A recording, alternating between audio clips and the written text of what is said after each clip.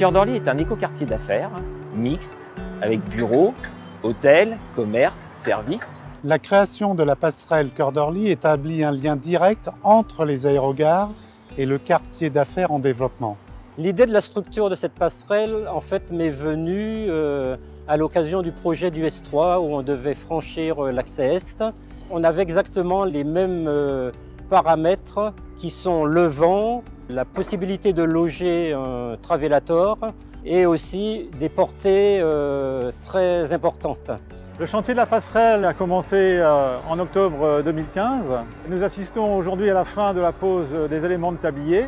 Très prochainement, il va démarrer la pose des vitrages qui constituent une enveloppe de plus de 4300 m².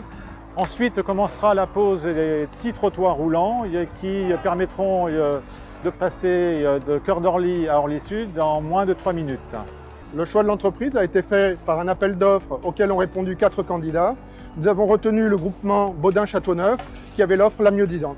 L'un des points forts de la société Baudin-Châteauneuf est de pouvoir réaliser la préfabrication de ces éléments en atelier. Sa singularité, c'est vraiment la technicité soudure, puisque compte tenu de la géométrie des pièces, nous avons été amenés à réaliser tout un ensemble de soudures en position que nous n'avions pas forcément l'habitude de réaliser. On a réussi à acheminer depuis nos ateliers de Châteauneuf jusqu'au chantier des colis d'un poids de 80 tonnes, faisant 28 mètres de long pour les plus grands, 7,50 mètres de large et 5,50 mètres de haut.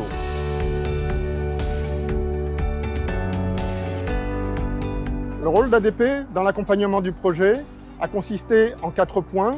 Un premier point sur la sûreté, le dossier grue pour le levage, la sécurité RATP et les arrêtés préfectoraux.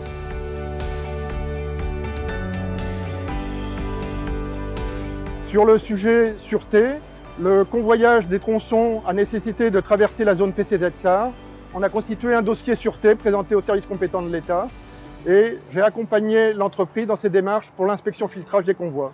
C'est une structure très simple d'apparence mais très complexe au niveau calcul.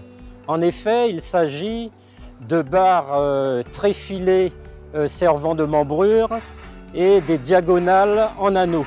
L'inertie de cette mégapoutre permet de franchir des portées de l'ordre de 42 mètres. L'insertion de la passerelle se fait de manière douce. Son dessin extrêmement précis et contemporain augure de la modernité de ce nouveau quartier. Au fond, cette passerelle est une pièce maîtresse majeure qui permet le développement du territoire urbain devant nos aérogares. Les salariés d'ADP qui auront la chance d'aller dans le bâtiment Askia vont pouvoir en bénéficier, ainsi que l'entreprise SDA qui a besoin de cette synergie entre l'aéroport et ses futurs bureaux.